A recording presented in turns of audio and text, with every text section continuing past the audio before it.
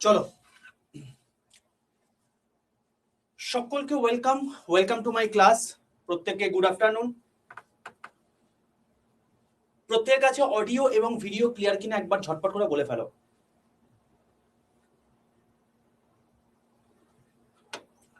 প্রত্যেকের কাছে অডিও এবং ভিডিও ক্লিয়ার কিনা একবার ঝটপট করে বলে ফেলো।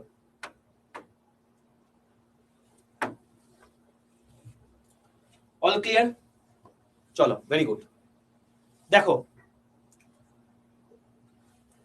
আজকে হচ্ছে সোমবার এবং বলতে পারো হচ্ছে যে এই সপ্তাহের প্রথম শুরু হতে না হতেই শেষ ক্লাস। তার কারণ আমি আগামীকাল থেকে তোমাদের ক্লাস দিতে পারবো না। আমাদের আগামীকাল থেকে কারোরই দেখবে ক্লাস নেই। 17, 18, 19, 20 এই 4 দিন তোমাদের অফ থাকবে, আমরা কেউই থাকবো না। ঠিক আছে? তো জাস্ট একটা কথাই বলবো, যে কটা জিনিস করিয়েছি সে কটাকে রিভিশন দাও। Revision must. সিলেবাস কমপ্লিট করানোর দায়িত্ব আমার, সেটা নিয়ে চাপ নেওয়ার দরকার নেই। মেন কাজ হচ্ছে যা পড়িয়েছি সেগুলো যেন না ভুলে যাও, এটা হচ্ছে মেন ব্যাপার। ঠিক আছে? তো আজকে আমরা কাইনেমেটিক্স 2D ফার্স্টে কমপ্লিট করে নেব। নিউটন লজ অফ মোশন এই যে পার্টটা রয়েছে, এই পার্টটায় আমরা কিছুটা পরিমাণে আমরা এগিয়ে যাব। এটা হচ্ছে আজকের আমাদের টাস্ক। ওকে?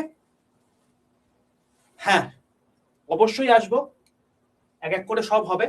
এখন আপাতত ওরা পড়াশোনাতে মন দিই। দেখো, আমি তোমাদের সবার প্রথমে 20 মিনিট টাইম নেব। স্যার 20 মিনিট কেন? তার কারণ 20 মিনিট তোমাদের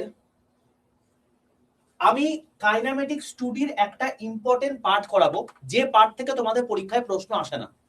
স্যার কি বলছেন? প্রশ্ন আসে না তো কেন পড়বো? কিন্তু পরীক্ষাতে কোনো না কোনো সময় প্রশ্ন দিয়েছে। আমার কাজ কি? তোমাদের সমস্ত জিনিসপত্র করিয়ে দেওয়া, তাই তো? তো সেই জন্য আমি তোমাদেরকে অতি অবশ্যই সেটা করিয়ে দেব এবং সেটা নিয়ে কোনো রকম কোনো অডিট হওয়ার দরকার নেই। যেটুকু বলছি সেটুকু পড়ো, এখান থেকে কোনো অঙ্ক পরীক্ষাতে আসবে না। যেটুকু তোমাদেরকে বলবো জাস্ট সেইটুকু নোট ডাউন করে নিয়ে সেইটুকু পড়বে। যদি বাই চান্স পরীক্ষায় প্রশ্ন চলে আসে, তোমরা পারবে, বাকিরা পারবে না, কারণ তোমরা আমার ছাত্রছাত্রী। বোঝা গেল? চলো। হ্যাঁ, শুভদীপ স্যার যাচ্ছেন এবং শুভদীপ স্যারের আজকে ছুটি আছে, সোমবার দিন ওনার ছুটি থাকে। তো মানে তারপরে স্যারের কখন শিডিউল আছে সেটা একটু দেখে নিও, কারণ স্যার তো তোমাদের সমস্ত কিছু জিনিসপত্র করিয়ে দিয়েছেন। ঠিক আছে? চলো, আর একটা কথা বলবো, সেটা হচ্ছে যে আগামী কাল বা আজকের মধ্যে দেখবে আমি তোমাদের এনটিপিসি তুমি কি করে ক্র্যাক করতে পারবে তার একটা প্রপার স্ট্র্যাটেজি ভিডিও দিয়ে দিয়েছি। এই ভিডিওটা প্রত্যেকে রেল পুলিশ চ্যানেলে দেখে নেবে এবং তারপর এখানে আমি বলেছিলাম যে জিকের কিছু ইম্পর্টেন্ট টপিক আমি তোমাদেরকে বলে দেবো এবং সেই জিকের টপিক গুলোকেও আমি আজকে রেকর্ড করে দেব। যদি সম্ভব হয় আজকে যাবে, যদি আজকে সম্ভব না হয় তাহলে কালকে যাবে। বোঝা গেল? ক্লিয়ার প্রত্যেকের? তো আর কোনো কিচ্ছু না। এবার যেরকম ভাবে বলেছি ঠিক সেরকম ভাবে যে যে টপিক গুলো বলেছি সেই টপিক গুলোকে শেষ করো। দেখো তোমার ক্লিয়ার হয়ে যাবে। বাট তুমি যদি এখন বলো যে আমি সব পড়বো, এইটা কেন হচ্ছে না, ওইটা কেন হচ্ছে না, স্যার এইটা করতে হবে, ওইটা করতে হবে, তাহলে কিন্তু সিলেকশন পাবে না। তোমার মেন টার্গেট এখন অন্য কিছু নয়। তোমার মেন টার্গেট এখন তোমার এই যে যা যা জিনিসপত্রগুলো পড়েছো তার মধ্যে এনটিপিসির জন্য যতটা দরকার সেই অনুযায়ী করে আমাদের 80+ নাম্বার স্কোর করা। সিবিটি 1 ক্র্যাক করো, সিবিটি 2 এর জন্য তোমার কাছে এনাফ টাইম থাকবে, ওই সময়ের মধ্যে তুমি বাকি জিনিসপত্রগুলোকে শেষ করে নিতে পারবে। ওকে? চলো, এবার আমরা চলে আসবো। আর কোনো কথা নয়, এবার চুপচাপ আর কোনো দিকে মন দিও না, এবার ডাইরেক্টলি কনসেন্ট্রেট হয়ে যাও আমার বোর্ডের দিকে। ঠিক আছে? কারণ এটা কিন্তু একটু আপার লেভেলের জিনিস না, ওই জিনিসপত্রগুলোকে বুঝলে তুমি কিন্তু প্রপার জিনিসপত্রগুলো ধরতে পারবে না। ওকে? চলো, দেখো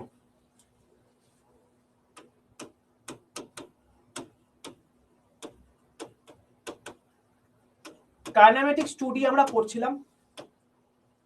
এই কাইনেমেটিক্স 2D এর একটা পার্ট হচ্ছে, আগের দিন সার্কুলার মোশন পড়েছিলাম, তো আজকে এখন যেটা আমরা পড়বো সেটা হচ্ছে প্রজেক্টাইল মোশন। এই প্রজেক্টাইল মোশনটা কিন্তু একটা বড় জায়গা, ইম্পর্টেন্ট জায়গা, এবং এখান থেকে প্রচুর প্রচুর প্রশ্ন হায়ার সেকেন্ডারিতে তোমাদের পরীক্ষায় প্রশ্ন আসছে। কিন্তু এখানে তোমাদের সেই লেভেলে প্রশ্ন পরীক্ষাতে আসে না। খুব কম প্রশ্ন পরীক্ষাতে আজ অব্দি এসছে। যদি টোটাল 20 বছরকে যদি আমি হিসাব করে দেখি, তাহলে খুব বেশি হলে 5 থেকে 6টা কোশ্চেন এসছে। মানে ভাবো এতগুলো তোমার হচ্ছে এক্সাম, এতগুলো টাইপের এক্সামের মধ্যে তোমার হচ্ছে এতগুলো শিফট, এই সব কিছু মিলিয়ে দিলে 4 থেকে 5টা কোশ্চেন এসছে, এবং সেটাও একদম বেসিক লেভেলের। তাই তোমাদেরকে বললাম এখান থেকে প্রশ্ন আসার সম্ভাবনা নেই। একমাত্র আসতে পারে এনটিপিসি তে, গ্রুপ ডি তো আসবেই না, এইটাও তোমাকে আমি বলে রাখলাম। তো সেই জন্য যেটুকু দরকার সেটুকুই বলছি, বাট এখান থেকে তুমি নিশ্চিন্তে থাকতে পারো কোনো অঙ্ক আসবে না। ওকে, চলো এবার জিনিসটা বোঝো। দেখো প্রজেক্টাইল মোশন বলতে আমরা কি বুঝি। দেখবে প্রজেক্টার একটা জিনিস আছে, শব্দ প্রজেক্টার। আগেকার দিনে তোমরা কারা কারা শাহরুখ খানের মুভি দেখতে পছন্দ করো? সবাই মোটামুটি, যারা এসআরকে এর মুভি দেখেছো। তো সেক্ষেত্রে শাহরুখ খানের দেখবে একটা অসাধারণ মুভি ছিল, যেটা সেই মুহূর্তে হিট হয়নি, বাট একটা সত্যি অসাধারণ একটা মুভি, তার নাম হচ্ছে স্বদেশ। কারা কারা দেখেছো? তো স্বদেশ কিন্তু একটা অসাধারণ মুভি। এবার ওই যে স্বদেশ মুভিটা রয়েছে, ওই স্বদেশ মুভিটার মধ্যে দেখবে একটা সময় টোটাল যতগুলো গ্রাম, মানে গ্রামের যারা যারা তোমার হচ্ছে সিটিজে মানে গ্রামবাসী রয়েছে, তারা একসঙ্গে এসে তারা কি করছে, একটা সিনেমা দেখছে। ঠিক আছে, ওই একটা গান হচ্ছিল, আমার মনে পড়ছে না, রাফি সাহেবের গান, যাই হোক মনে পড়ছে না, ওই প্রজেক্টটা দেখাচ্ছিল। তো কি করছিল, যে ধরো এই হচ্ছে একটা স্ক্রিন, মানে এটা হচ্ছে একটা পর্দা টাঙিয়ে দিয়েছিল, প্রজেক্টর ফেলে দিয়েছিল, এবং সেখান থেকে তোমার হচ্ছে সেই বলতে পারো হচ্ছে যে সিনেমাটা হচ্ছে, এবং সবাই মিলে একসঙ্গে দেখছিল। ঠিক আছে, তো এই যে জিনিসটা আছে, এটা কি, এটা হচ্ছে প্রজেক্টর। প্রজেক্টরের মাধ্যমে কোনো জিনিসকে বড় করে দেখানো। তো প্রজেক্টাইল মোশন বলতে এখানে কিন্তু ওই প্রজেক্টরের সেন্সটাই আছে। প্রজেক্টর মানে কি, কোনো একটা জিনিসকে তুমি রেকে ফেলে দিচ্ছ কোনো একটা জায়গাতে, তাই তো? আর এখানে কি হচ্ছে, প্রজেক্টাইল মোশন মানে ধরো তুমি এখানে মেসিকে দেখতে পাচ্ছ, এটা হচ্ছে তোমার মেসি, বা তোমার ধরো এখানে তোমার কাছে নিজের হাতে একটা বল রয়েছে, সেই বলটাকে তুমি কি করলে, এই বলটাকে তুমি এরকম করে এদিকে ছুঁড়ে ফেলে দিলে। ওকে, তো তুমি যখন দেখবে যে কোনো একটা বল এখান থেকে এইভাবে ছুঁড়ে এখানে এসে পড়লো, এই যে মোশনটা, এই মোশনটাকে আমরা বলে থাকি হচ্ছে প্রজেক্টাইল মোশন। বোঝা গেল? হ্যাঁ, সিনেমা হলে তো প্রজেক্টর থাকেই অবশ্যই। তো দেখো, তাহলে আলটিমেটলি আমি কি বুঝতে পারলাম, আমি এটাই বুঝতে পারলাম যে যদি আমাদের কোনো বলকে হাত দিয়ে হোক, পা দিয়ে হোক, যদি কোনো একটা বস্তু যদি এরকম করে এদিকে মুভ করে, যদি এরকম টাইপের মুভ করে, তাহলে সেটাকে আমরা বলবো কি, প্রজেক্টাইল মোশন। বোঝা গেল? চলো, তো প্রজেক্টাইল মোশন সম্পর্কে বুঝে গেলাম। এবার এই যে মোশনটা হচ্ছে, এই মোশন থেকেই তোমাদের সমস্ত জিনিসপত্রগুলো করতে হবে। দেখো দেখো ব্যাপারটা হচ্ছে যে সবার প্রথম তোমাকে যেটা জিজ্ঞেস করবে যে এই যে প্রজেক্টাইল মোশন, এটার বাংলা কি তোমাকে জিজ্ঞেস করবে না, তুমি জাস্ট তাও লিখে রাখো যে যদি তোমাকে বাংলা তোমার মনেও হয় যে স্যার প্রজেক্টাইল মোশন বলছেন, বাংলা বলছেন না স্যার, তো এটাকে বলা হয়ে থাকে তোমার কি, প্রাসের গতি। যারা হায়ার সেকেন্ডারিতে পড়োনি সায়েন্স নিয়ে, তাদেরকে আমি বলবো ডাইরেক্টলি প্রজেক্টাইল মোশন মনে রাখো, তোমার মনে রাখার দরকার নেই প্রাসের গতি। ঠিক আছে, কারণ তুমি একটা মনে রাখলে সেটা চলবে, তোমার এখানে দুটো মনে রাখতে হচ্ছে। যাই হোক, এবার তোমাকে নেক্সট জিজ্ঞেস করবে যে এই প্রজেক্টাইল মোশনটা কোন টাইপের মোশন, তুই বলবে 2D মোশন। তার কারণটা কি, তার কারণটা হচ্ছে ভাই তোমাকে আমি আগের দিনই বলেছিলাম, কি বলেছিলাম, যে কোনো একটা বস্তু এখান থেকে এখানে যাচ্ছে, তার মানে কি হচ্ছে, ও এক্স অ্যাক্সিস বরাবর এগিয়ে যাচ্ছে, এবং ওয়াই অ্যাক্সিস বরাবর ও উচ্চতা মানে উঠছে এবং নামছে। তো এক্স অ্যাক্সিস এবং ওয়াই অ্যাক্সিস যেহেতু দুটোই একসঙ্গে কভার হচ্ছে, তাই এটাকে আমরা কি বলতে পারি, প্রজেক্টাইল মোশন বলতে পারি, এবং 2D মোশন বলতে পারি। বোঝা গেল? এবার তোমাকে নেক্সট যেটা জিজ্ঞেস করবে সেটা হচ্ছে যে এএলপি তে কোশ্চেন ছিল, আচ্ছা হ্যাঁ, তো আমি তোমাকে বলছি তো যে খুব মানে কোশ্চেন আসে না এটা বলবো না, কোশ্চেন আসে, বাট খুব কম লেভেলে কোশ্চেন আসে। চলো নেক্সট জিনিসটা কি বলবো, এটা হচ্ছে এই যে প্রজেক্টাইল মোশনটা রয়েছে, এই প্রজেক্টাইলের মোশনে আমি তোমাদেরকে আরেকটা জিনিস বলবো, তোমাকে জিজ্ঞেস করতে পারে এর পাথটাকে কি বলে। কি বললাম, এই যে তুমি দেখতে পাচ্ছ এই যে পাথ মানে এরকম করে যাচ্ছে, এই যে পাথ, এই পাথটাকে আমরা কি বলে থাকি, মাথায় রাখবে এর পাথটাকে আমরা বলে থাকি হচ্ছে প্যারাবোলিক। তাহলে এটাকে আমি কি বলবো, প্যারাবোলিক পাথ। বোঝা গেল, প্যারাবোলিক পাথ এটাকে বলা হয়ে থাকে। চলো এইবার আমি চলে আসছি মেন জায়গাতে। দেখো প্যারাবোলিক পাথ বলে সেটা আমি বুঝে গেলাম। এইবার আমি তোমাদেরকে চারটে ফর্মুলা মেনলি লেখাবো এখান থেকে, যেটা ইম্পর্টেন্ট। এই চারটে ফর্মুলা থেকেই তোমাদের প্রশ্ন দিতে পারে। দেখো সবার প্রথম তোমাদেরকে যে জিনিসটা বলবো সেটা হচ্ছে time of flight.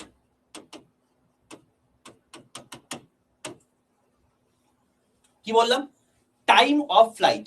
Sir time of flight মানে দেখো বেসিক্যালি হচ্ছে টাইম অফ ফ্লাইট বলতে বোঝায় যে ধরো কোনো একটা বস্তু এখান থেকে জার্নি শুরু করেছিল, এখান থেকে জার্নি শুরু করে এখানে গেছে, ঠিক আছে। এবার যদি আমি এই মাঝখানটা এরকম করে কেটে দিই, ধরো কোনো একটা কাল্পনিক পদ্ধতিতে এরকম করে কেটে দিলাম, তাহলে কেটে দিয়ে আমি কি বোঝাতে চাইলাম, দেখো এই যে এখান থেকে এত দূর গেছে, এই জিনিসটা কি করেছে, ও ওপরের দিকে ওঠেনি ভাই। এ থেকে যদি আমি বি পয়েন্ট বলি, এই এ থেকে বি পয়েন্টে বস্তুটা উপর দিকে উঠেছে। তাই আমি এই যে টি এ লিখেছি, এই টি এ মানে হচ্ছে টাইম অফ অ্যাসেন্ডিং। কি বললাম, time of ascending. Ascending descending order নিশ্চয়ই শুনেছো। তো এই টি এ মানে হচ্ছে টাইম অফ অ্যাসেন্ডিং, মানে উপরে ওঠার যে উঠতে যে টাইমটা লাগছে। চলো, আর বি থেকে সি তে কি করছে, ও নিচে নামছে। তো বি থেকে সি তে যখন নিচে নামছে তখন এটাকে আমরা কি বলবো, টিডি। টিডি মানে কি, টাইম অফ ডিসেন্ডিং। বোঝা গেল। তাহলে কি বললাম, একটা হচ্ছে টাইম অফ অ্যাসেন্ডিং, একটা হচ্ছে টাইম অফ ডিসেন্ডিং। জীবনে মাথায় রাখবে সব সময়, যে কোনো বস্তু যখন নিচে থেকে উপরে উঠবে এবং উপর থেকে নিচে নামবে, অল টাইম এই টি এ এবং টিডি সমান হয়ে থাকে। বোঝা গেল। জীবনে কোনোদিন এটা কখনো চেঞ্জ হয় না, এবং এটার পরীক্ষালব্ধ প্রমাণ আছে। এটার পেছনে একটা বিশাল বড় ক্যালকুলেশন রয়েছে, তোমার জানার দরকার নেই। শুধুমাত্র এটা মাথায় রাখবে, কোনো একটা বস্তুকে ওপরে উঠতে যত সময় লাগে, নিচে নামতেও কিন্তু ঠিক তার ততটাই সময় লাগে, কখনো বেশি বা কম লাগে না। বোঝা গেল। তো তাহলে আমি কি বলবো এখান থেকে, আমি এখানে বলবো টি এ ইজিক্যাল টু টিডি। টি এ ইজিক্যাল টু টিডি। তাহলে টি এ মানে কি, টি এ মানে হচ্ছে ওপরে ওঠার জন্য যে টাইম লাগছে, তাই লিখে রাখছি এখানে টাইম অফ অ্যাসেন্ডিং। আর এটা কি, নামতে যে সময় লাগছে, তাহলে এটাকে কি বলবো, time of descending. Time of ascending আর টাইম অফ ডিসেন্ডিং। বোঝা গেল। শোনো এবার জিনিসটা ভালো করে শোনো। এই যে টাইম অফ অ্যাসেন্ডিং এবং টাইম অফ ডিসেন্ডিং, এই দুটো জিনিস পড়লে এই দুটোর একটা নির্দিষ্ট ফর্মুলা আছে। কি ফর্মুলা, দেখো টাইম অফ অ্যাসেন্ডিং এর একটা ফর্মুলা তোমাকেই বলছি। কি বলছি, টাইম অফ অ্যাসেন্ডিং এর ফর্মুলা। টাইম অফ অ্যাসেন্ডিং এর ফর্মুলা হচ্ছে, আমি এখানে লিখে রাখছি, এইটা ইজিক্যাল টু দিয়ে, এইটা ইজিক্যাল টু হচ্ছে ইউ সাইন থিটা বাই জি। কেউ আমাকে জিজ্ঞেস করবে না স্যার এটা কি করে এলো, এটা কি, ঠিক আছে, এইটা কি করে এলো আমাকে জিজ্ঞেস করবে না, কারণ এটা বলতে গেলে আমার একটা টোটাল 2 ঘন্টা ক্লাস লাগবে। এই টোটাল জিনিসপত্র যদি আমাকে মানে সমস্ত কিছু জিনিসপত্র প্রুফ করতে হয়, পরীক্ষাতে জীবনে আসবে না। শুধুমাত্র এই ফর্মুলাটা মাথায় রাখবে। তো তোমাকে যদি কেউ জিজ্ঞেস করে যে কোনো একটা বস্তুকে তুমি ওপর থেকে ছুড়ে দিয়েছো, তাহলে ওর ওপর থেকে মানে নিচে থেকে ওপরে যেতে যে তোমার হচ্ছে টাইমটা লাগছে, সেই টাইমটা তোমার কত লাগছে, তুমি বলবে ইউ সাইন থিটা বাই জি। নিচে মানে ওপর থেকে যখন নিচে নামছে, তাহলে সেটা কি হবে, সেটাও নিশ্চয়ই একই হবে, কারণ দুটো যেহেতু টাইম একই লাগছে, তাহলে কি বলতে পারি, ইউ সাইন থিটা বাই জি হতে পারে। বোঝা গেল। এবার খুব ভালো করে মন দিয়ে শোনো। তাহলে এক্ষেত্রে আমি কি বলতে পারছি, আমি পরিষ্কার বলতে পারছি যে এখানে টাইম অফ ফ্লাইট বলেছি। স্যার টাইম অফ ফ্লাইটটা তাহলে কি, টাইম অফ ফ্লাইটটা হচ্ছে, এটাকে আমি টিএফ দিয়ে উল্লেখ করছি। টিএফ মানে কি, দেখো এখানে এর উঠতে সময় লাগছে, এর নামতে সময় লাগছে, তাহলে এই টোটালটা কি হচ্ছে, একটা নির্দিষ্ট সময় লাগছে না। এর উঠতে যে সময় লাগছে, এর নামতে যে সময় লাগছে, এর টোটালটাও তো একটা নির্দিষ্ট সময় লাগছে রে ভাই। তাহলে যেই টোটালটা যে সময়টা লাগছে, এটাকে আমরা বলবো হচ্ছে টাইম অফ ফ্লাইট। বোঝা গেল? তাহলে কোনো একটা বস্তুকে এখান থেকে এদিকে ছুড়ে দিলে, তাহলে এদিক থেকে এদিকে যখন গেল তখন এর উঠছে এবং নামছে, এই উঠতে ওঠাটাকে বলবো কি টাইম অফ ফ্লাইট, নামাটাকে কি বলবো টাইম অফ ডিসেন্ডিং। তো টাইম মানে তোমার হচ্ছে এই যে time of ascending, time of descending, এই টোটালটাকে আমি কি বলবো টাইম অফ ফ্লাইট। হলো? তাহলে আমি কি এখানে বলতে পারি না time of flight is equal to time of ascending plus time of descending? বলতে পারি কি পারি না আমাকে বলো? বলতে পারি। ঠিক আছে, এবার তুমি আমাকে বলো টাইম অফ অ্যাসেন্ডিং সময় কি বলেছি? আমি বলেছি ইউ সাইন থিটা বাই জি। তাহলে টাইম অফ ডিসেন্ডিং মানে কি হবে ভাই? এটাই হবে, কারণ দুজনের সমান। তাহলে ইউ সাইন থিটা বাই জি হলো। তাহলে এখান থেকে আমি কি পেলাম? আমি পেলাম হচ্ছে 2u sin থিটা বাই জি। এটা কার ফর্মুলা? এটা হলো টাইম অফ ফ্লাইটের ফর্মুলা। তাহলে এই ফর্মুলাটা তোমাকে মাথায় রাখতে হবে। বোঝা গেল? ক্লিয়ার? তাহলে এইটাকে আমাকে মাথায় রাখতে হবে। স্যার এইটাকে কাকে কি বলছে? আমি তো কিছু বুঝতে পারলাম না। টাইম অফ ফ্লাইটটা প্রত্যেকে বুঝতে পেরেছো? এখান থেকে ছুটছো, এখানে যাচ্ছে, তো এই টোটাল যে টাইম লাগছে তাকে আমরা বলবো টাইম অফ ফ্লাইট। ওকে, এখানে ইউ, ইউ মানে কি? ইউ মানে হচ্ছে বেগ। দেখো এই বস্তুটা যখন এখান থেকে এখানে যাচ্ছে ভাই একটা নির্দিষ্ট স্পিডে তো যাচ্ছে, নির্দিষ্ট স্পিডে যাচ্ছে, যে স্পিডে যাচ্ছে সেটাকে আমি বলবো হচ্ছে ইউ দিয়ে উল্লেখ। ওকে, তাহলে আমি এটাকে কি বলবো? এটাকে আমি বলবো হচ্ছে ভেলোসিটি। এটাকে আমি ভেলোসিটি বলে উল্লেখ করতে পারি। ওকে, চলো এবার এই যে জি, জি মানে কি? জি মানে হচ্ছে গ্র্যাভিটি। গ্র্যাভিটি, গ্র্যাভিটি মানে কোনো বস্তুকে পৃথিবী যে তার নিজের কেন্দ্র থেকে আকর্ষণ করছে। গ্র্যাভিটি সম্পর্কে আরো ডিটেইলস আমরা জানবো। ঠিক আছে, ওকে। কোনটা কোনটা? তুমি এই দুটোকে যোগ করলে তো 2u sin থিটা বাই জি হবে। তুমি যোগ করে দেখো না, নিচে তুমি জি রাখলে তাহলে কি হলো? u sin theta plus u sin theta, তাহলে কই হবে? 2u sin থিটা বাই জি। এটাই তো হবে, অন্য তো কিছু হবে না। ঠিক আছে, তো আমার এখানে মেন যেটা উদ্দেশ্য তোমাদেরকে বলার সেটা হচ্ছে তোমাকে এই ফর্মুলাটা মাথায় রাখতে হচ্ছে। কি করে এলো কি হলো আমার দেখার দরকার নেই, তুমি ডাইরেক্টলি এই ফর্মুলাটা মাথায় রাখবে। হলো? এটা গেল 1 নাম্বার বিষয়। 2 নাম্বার বিষয় হচ্ছে এই দুটো যে সমান হয়ে থাকে এইটাকে মাথায় রাখবে। এটা গেল 2 নাম্বার বিষয়। তো এই বোর্ড ওয়ার্কের মধ্যে তোমাকে কেবলমাত্র এই দুটো জিনিস মাথায় রাখতে হচ্ছে, এই বক্সটা আর এই বক্সটা। এই বক্সটাকে বড় করে দিই, তোমরা আবার তো আবার এক একটা বড় বড় জিনিস তো বড় না করলে বলবে যে স্যার এটা তো আপনি বলেননি, তাই আমি এটা পড়িনি। ঠিক আছে, এই জন্য বড় করে দিলাম। তো এই টোটালটাই পড়তে হবে তোমাকে। ঠিক আছে, চলো তাহলে এই দুটো তোমাকে মাথায় রাখতে হচ্ছে। এইবার বক্তব্য হচ্ছে স্যার এখান থেকে কি প্রশ্ন দেবে? প্রশ্ন দেবে হচ্ছে টাইম অফ ফ্লাইট কাকে বলে। বলছি বলছি তোমাকে এখান থেকে প্রশ্ন দেবে হচ্ছে টাইম অফ ফ্লাইট কাকে বলে। এটা গেল 1 নাম্বার। হলো? 2 নাম্বার কি দেবে? 2 নাম্বার দেবে হচ্ছে তোমাকে বলবে যে থিটার মান কত হলে, দেখো কোশ্চেনটা দেখো কতটা ভালো কোশ্চেন, দেখো তোমাকে বলবে থিটার মান কত হলে time of flight is equal two maximum হবে। এটা হচ্ছে প্রশ্ন। থিটার মান কত হলে time of flight is equal two maximum হবে। এবার দেখো এখানে তোমাকে যে প্রশ্নটা দিয়েছে এই প্রশ্নটা তুমি অ্যান্সার করতে যাবে, ম্যাক্সিমাম ছেলে কি করবে জানো? যখন প্রজেক্টাইল মোশন থেকে কোশ্চেন দিয়েছে, আচ্ছা প্রজেক্টাইল মোশন থেকে কোশ্চেন দিয়েছে এরকম option A 0 degree, option B 90 degree, option C 45 degree এবং অপশন ডি 60 ডিগ্রি এরকম দিয়েছে। তো স্যার আমি তো প্রজেক্টাইল মোশন মানে জানি হচ্ছে সে একটা 45 ডিগ্রি অ্যাঙ্গেল করে দূরে দূরে দূরে যাবে, তো আমি এখানে কি করব 45 ডিগ্রি করে দেবো। ম্যাক্সিমাম স্টুডেন্টের এই একটা তোমার হচ্ছে টেন্ডেন্সি থাকে। ঠিক আছে, সম্পূর্ণ ভুল করে চলে আসবে, কখনো হবে না। তার জন্য তোমাকে ফর্মুলাটা মাথায় রাখতে হবে। টাইম অফ ফ্লাইটের ফর্মুলা এই মাত্র কি বললাম? আমি এই মাত্র বললাম time of flight is equal two কি 2u sin থিটা বাই জি। এটা হচ্ছে গল্প। এবার তোমাকে বলেছে থিটার মানটা কত হবে। এবার তুমি আমাকে বলো থিটার মান বলতে কি বোঝায়? ভাই থিটার মান বলতে বোঝায় 0 degree, 60 degree, 30 degree, 45 degree, 90 degree এগুলো। তো তুমি থিটার মান যদি 0 বসাও ভাই, থিটার মান যদি 0 বসাও, সাইন 0 এর মান কত গো? সাইন 0 ডিগ্রির মান কত? 0 না? হবে না। তুমি যদি থিটার মানটা 90 বসাও তুমি দেখো সাইন 90 এর মান কত গো? সাইন 90 এর মান হচ্ছে 1। তার মানে এখানে আমি পরিষ্কার বলতে পারি যদি আমি থিটার মানটা 90 বসাই তাহলে এখানটা কি হয়ে যাচ্ছে? 1 হয়ে যাচ্ছে, কারণ ওকে ম্যাক্সিমাম পেতে হবে। তো যদি আমি এখানে 1 বসিয়ে দিই তাহলে কি হয়ে যাবে? 2u/g হয়ে যাবে। Time of flight is equal two কখন হবে? যখন থিটার মানটা আমি 90 ডিগ্রি বসাচ্ছি তখন এটা হবে। তার মানে এটাই কি হচ্ছে? ম্যাক্সিমাম হচ্ছে, তাই তো? তার মানে এটা কি বলতে পারি? তোমার এখানে 90 ডিগ্রি তোমাকে সঠিক অ্যান্সার। বোঝা গেল? জীবনে কিন্তু এই ভুলগুলো করবে না। 45 ডিগ্রি নয়, যা দেখলাম 45 ডিগ্রি করে দিলাম, এগুলো কিন্তু নয়।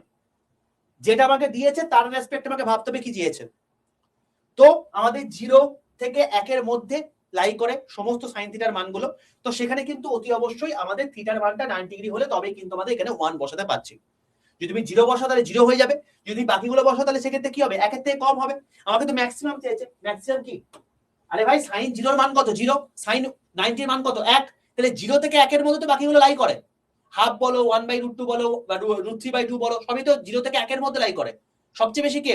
সবচেয়ে বেশি কার কার মান? 1 এর মান।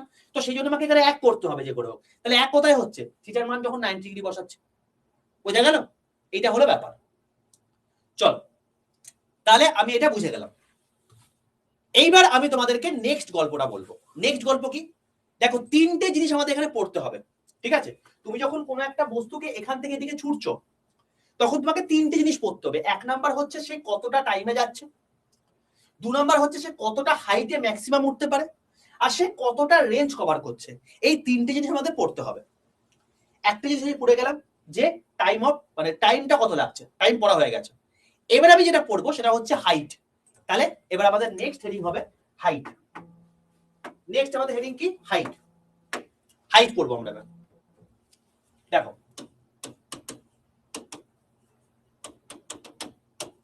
তো হাইটের ফর্মুলা ফার্স্টে বলে দিই আগে ফার্স্টে, না আমি কোনো কিছু করতেই পারবো না। হাইটের ফর্মুলা কি? হাইটের ফর্মুলা হচ্ছে, মাথায় রাখবে যে h ইজ ইকাল টু কোথা থেকে এলো জানার দরকার নেই, যেটুকু বলছি সেটুকু মাথায় রাখো। U square sine square theta by u square sine square theta by 2g। এইটা হচ্ছে তোমার কি ফর্মুলা। তাহলে ডাইরেক্টলি এটা মাথায় রাখবে, ডাইরেক্টলি এটা মাথায় রাখবে, কোনো কিছু বোঝার দরকার নেই, এখানে বোঝার ম্যাক্সিমাম জায়গা নেই। ডাইরেক্টলি এটা মাথায় রাখবে। স্টার মার্ক দিয়ে রাখলাম, এটা তোমাকে মাথায় রাখতে হবে। হলো প্রথম বিষয়।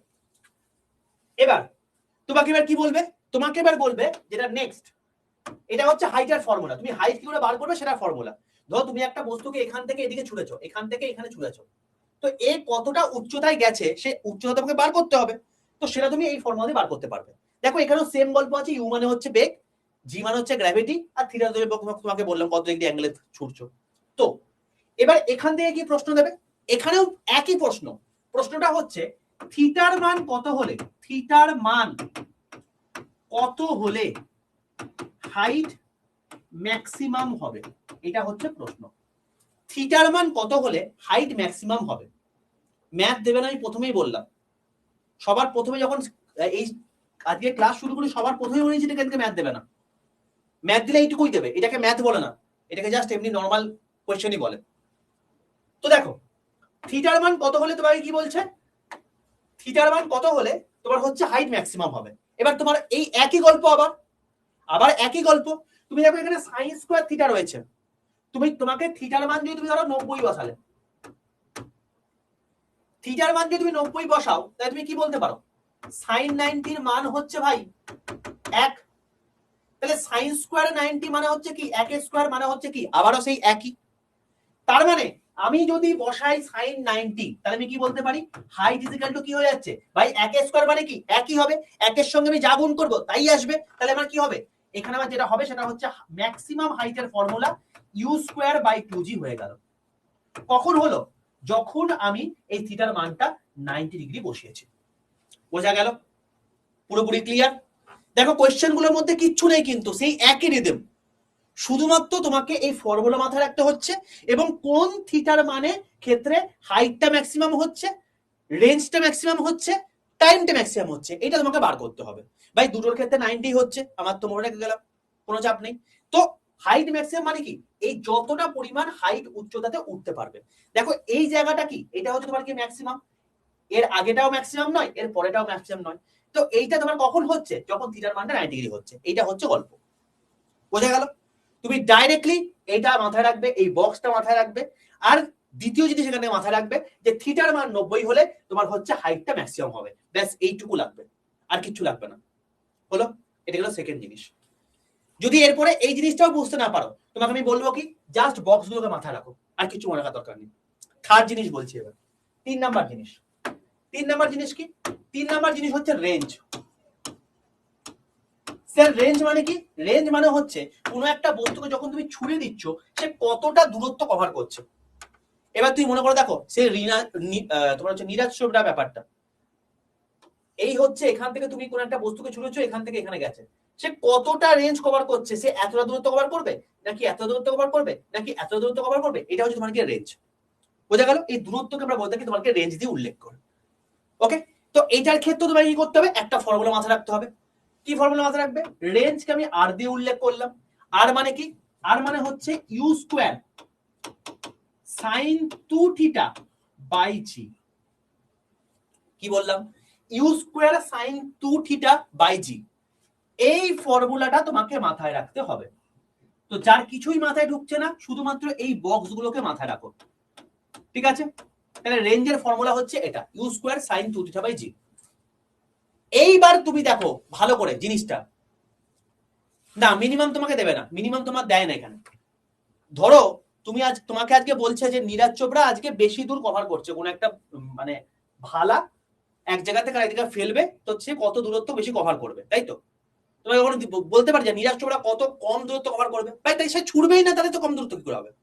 সবচেয়ে দূরত্ব কম কোথায় হবে? সে ছুড়বেই না, সে কম্পিটিশনে অংশগ্রহণই করলো না। ঠিক আছে, এগুলো মানে অবান্তর জিনিসপত্র, এগুলো জীবনে কোনো কোশ্চেন আসে না।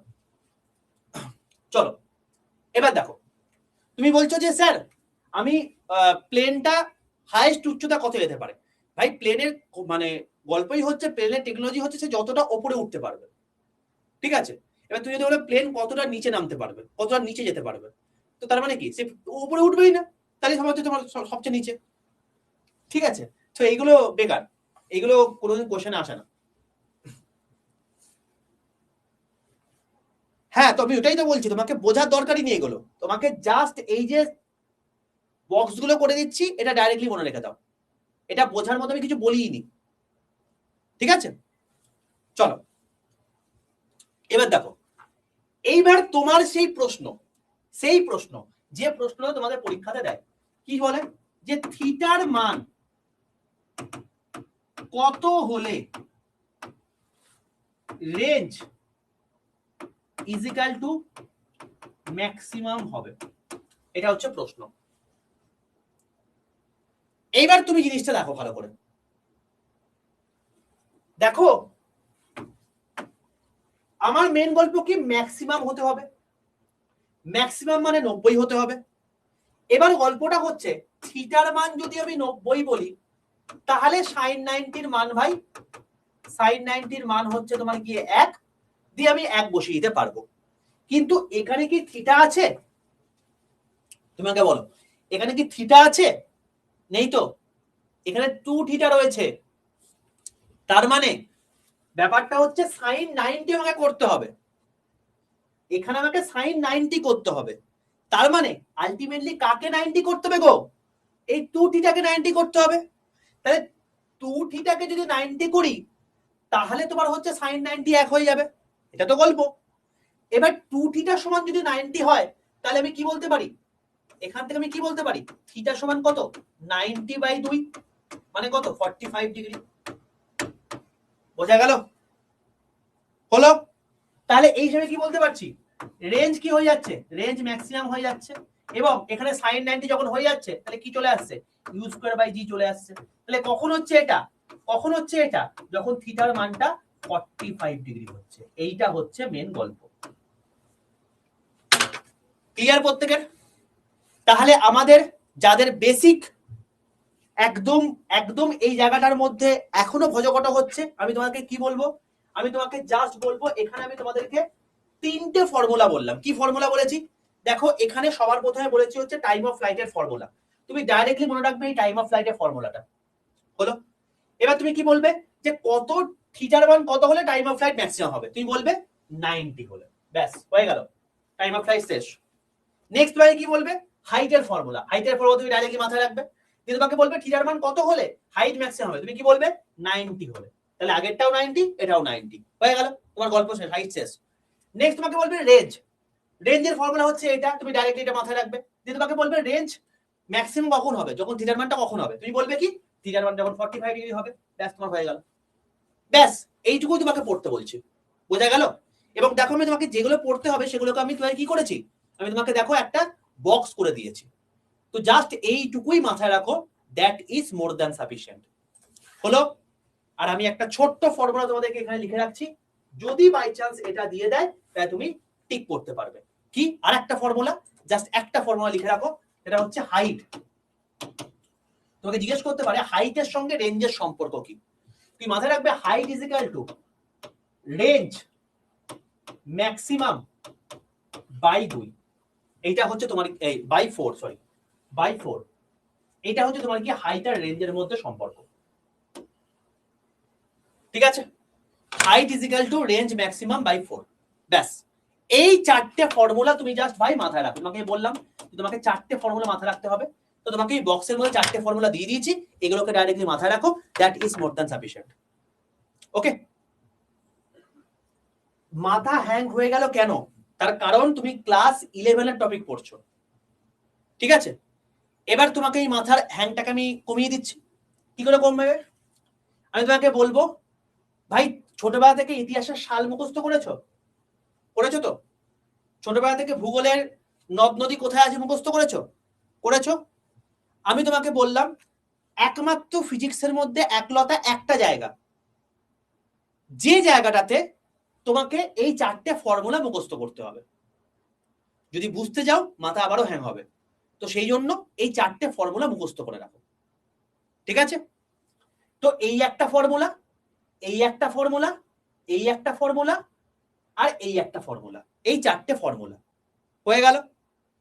আর নেক্সট যেটা সেটা হচ্ছে যে থিটার মানটা কত হলে একটা জায়গায় 90, এটা জায়গায় 90, কেবলমাত্র মাথায় রাখবে রেঞ্জের ক্ষেত্রে 45 করব, বাকি সব জায়গায় 90 করব, হয়ে গেল।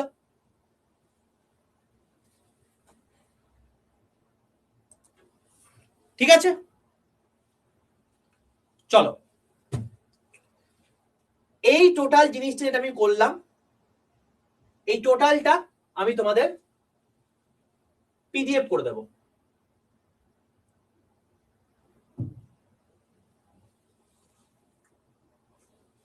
দাঁড়াও এটা আবার পিডিএফ হয় কিনা দেখি, এর আবার অনেক ঝামেলা আছে, হ্যাঁ হয়ে যাচ্ছে মনে হচ্ছে।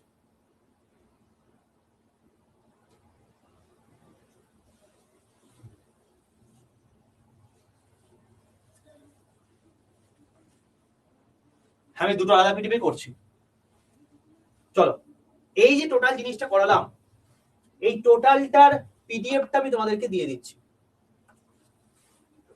কোনটা পিডিএফ গো, এটা কোনটা,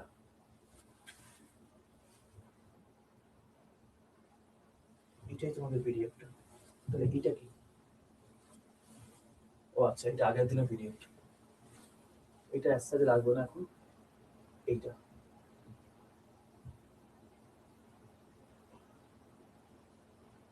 থ্রি ফোর সিক্স থ্রি মাথা রাখতে হবে, 3463 লাস্টে, চলো 3463, চলো এই দেখো তোমাদের এই পিডিএফটা আমি ফার্স্টে আপলোড করে দিলাম, কারণ যাতে তোমরা এই জায়গাটা একবার পড়ে দিতে পারো। কি হলো,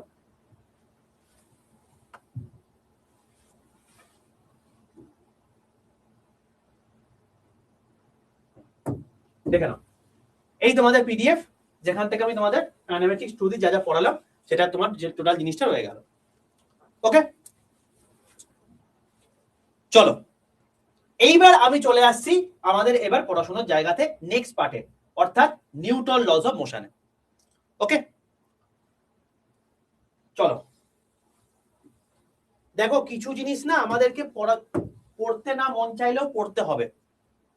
তুমি একটা কথা ভাবো, তুমি আজকে যে জিনিসটা পড়ে যাচ্ছ এটার জন্য তুমি বাকিদের থেকে 1 থেকে 2 নাম্বার বেশি পেতে পারো যদি বাই চান্স তোমার শিফটে এইটা থেকে প্রশ্ন চলে আসে, বাকিরা করতেই পারবে না। ঠিক আছে, তো তুমি নিজেকে বারবার করে ডিমোটিভেট করছো, আমি সায়েন্সের স্টুডেন্ট, আমি কিছু করতে পারি না, আমি কিছু বুঝতে পারছি না, আমার কিছু ক্ষমতাই নেই, আমি তো কিছুই পারি না। এই যে জিনিসটা মাথার মধ্যে বারবার ইনস্টিংক্ট দিচ্ছ, তুমি নিজেকে আরো ডিমোটিভেট করছো। তোমার মাথা বুঝতে পারছে আরে এ তো ভয়ানক জিনিস, এ তো কিছুই বুঝতে পারবো না। একদম এই জিনিসটা করো না। তুমি ডাইমেনশন বুঝতে পারোনি, তুমি মাত্রা বুঝতে পারোনি, তুমি জিওমেট্রি বুঝতে পারো না, জ্যামিতি করে করতে হয়, তুমি পরিমিতি বুঝতে পারো না, তুমি লাভ ক্ষতি অঙ্ক করো না, তার থেকে তো এগুলো অনেক সহজ জিনিস। তো আমি তোমাদেরকে একটা কথাই বলছি, যেটুকু বলছি সেইটুকু মাথায় রাখতে বলছি। আর তোমার যদি মনে হয় যে এই পার্টটা তুমি ছেড়ে দেবে, সেটাও দিতে পারো, কারণ এখান থেকে পরীক্ষাতে কোয়েশ্চেন অ্যান্সার আসে না। এবার তোমার যদি শিফটে পরীক্ষায় কোয়েশ্চেন চলে আসে, তোমারই পাশের যে ছেলেটি আজকে এখানে পড়াশোনা করছে সে করে আসতে পারবে, তুমি করে আসতে পারবে না, তাহলে এবার তুমি বলো যে সে চাকরি পাবে নাকি তুমি পাবে? তো তোমাকে যখন আজকে চাকরি পেতে হচ্ছে ভাই, তোমার নিজের কমফোর্ট জোন থেকে বেরিয়ে কথা বলতে হবে। আজকে যারা আলটিমেটলি সায়েন্স থেকে বিলং করছে তারা কিন্তু বিশাল বড় হনু নয়, তাদেরকেও ইতিহাস পড়তে হচ্ছে, তাদেরকেও ভূগোল পড়তে হচ্ছে, তাদেরকেও পলিটি পড়তে হচ্ছে, তাদেরকেও ইকোনমিক্স পড়তে হচ্ছে, তাদেরকেও কারেন্ট অ্যাফেয়ার্স পড়তে হচ্ছে। তো এইটা হচ্ছে ব্যাপার। ঠিক আছে, তো তোমার কাজ যেগুলো বলছি সেই জিনিসপত্রগুলোকে প্রপারলি নোট ডাউন করে 4টে ফর্মুলা মুখস্থ করতে বলেছি ভাই, মহাভারত মুখস্থ করতে বলিনি। চলো চলে আসছি এবার আমাদের নেক্সট জায়গাতে। এবার আমরা এটা পড়বো, সেটা হচ্ছে নিউটন লজ অফ মোশন, নিউটনের গতিসূত্র। ঠিক আছে, ছোট থেকে পড়ে আসছো নিউটনের গতিসূত্র কি, কি ব্যাপার, কি ব্যাপার, কি কি জিনিসপত্র। তো এই জিনিসপত্রগুলো আমি তোমাকে এক এক করে বলছি। দেখো, এই জিনিসটা পড়তে গেলে আমাকে বেসিক কমপ্লিট করতে হবে। ঠিক আছে, আমি তোমাকে আবারও বললাম কাইনেমেটিক স্টুডি সার্কুলার মোশন বুঝতে পেরেছো আগের দিন। আমি তোমাদেরকে একটা কথা বলছি ভাই, তোমরা না আর্টসের গ্রুপ থেকে বিলং করছো বলে নিজেদেরকে ভয় পাচ্ছো। আমি আগের দিন তোমাদেরকে সার্কুলার মোশন পড়িয়েছি, অ্যাঙ্গুলার ডিসপ্লেসমেন্ট পড়িয়েছি, অ্যাঙ্গুলার ভেলোসিটি পড়িয়েছি, কৌণিক বেগ, কৌণিক ত্বরণ, কৌণিক সরণ পড়েছো। সেগুলো বুঝতে পারোনি ভাই? সেগুলো যদি বুঝতে পারো তাহলে আজকে জিনিসটা কেন বুঝতে পারবে না? তোমাকে 4টে ফর্মুলা মুখস্থ করতে বলেছি, বুঝতে বলিনি। মুখস্থ করো জাস্ট, যদি পরীক্ষায় চলে আসে ওইখান থেকেই আসবে, ওইগুলোকে তুমি জাস্ট করে আসতে পারবে। এবার তোমার নিজের কমফোর্টের জায়গা চলে এসছে। ঠিক আছে, চলো লেটস স্টার্ট। তো আমরা কি পড়বো আজকে? নিউটনের গতিসূত্র। এবার এই যে নিউটনের গতিসূত্র যেটা পড়বো, এই নিউটনের গতিসূত্রের মধ্যে আমাদের নিউটনের গতিসূত্র আমরা 3টে জানি, কিন্তু এই যে নিউটনের গতিসূত্র আছে এই পার্টটা পড়তে গেলে আমাদের কিছু বেসিক মানে জিনিস জানতে হবে। ঠিক আছে, তো সেই জিনিসটা আমি তোমাকে বলবো ফার্স্টে। দেখো, এবার আর কোনো কথা নয়, কনসেপ্টের জায়গায় চলে আসছি। দেখো, মাথায় রাখবে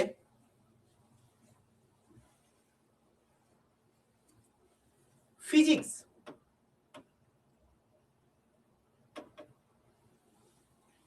এই যে সাবজেক্টটা তুমি পড়ছো, এই ফিজিক্স সাবজেক্টকে আমি বেসিক্যালি দুটো ভাগে ভাগ করতে পারি।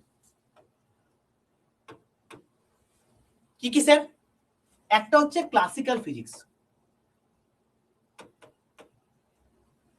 মানে কি সনাতনী পদার্থবিদ্যা। বোঝা গেল? এটা কি বলবো? ক্লাসিক্যাল ফিজিক্স মানে সনাতনী পদার্থবিদ্যা, মানে অনেক পুরনো। আমি বলি না সনাতন ধর্ম, মানে অনেক পুরনো ধর্ম হলো। আর একটা কি, আর একটা হচ্ছে কোয়ান্টাম ফিজিক্স। কি যে হয়, কোয়ান্টাম ফিজিক্স। ওকে, চলো দেখো, এই যে তুমি ক্লাসিক্যাল ফিজিক্স বা সনাতনী পদার্থবিদ্যা পড়লে, এটা কার দেওয়া? এইটা দেওয়া হচ্ছে স্যার আইজ্যাক নিউটনের। কবে দিয়েছে? ওই 1600 খ্রিস্টাব্দের আশেপাশে। দেখো অলরেডি একজন লিখে দিয়েছে। ওকে, কোয়ান্টাম ফিজিক্স এটা কার দেওয়া? এটা দেওয়া হচ্ছে ম্যাক্স প্ল্যাঙ্কের।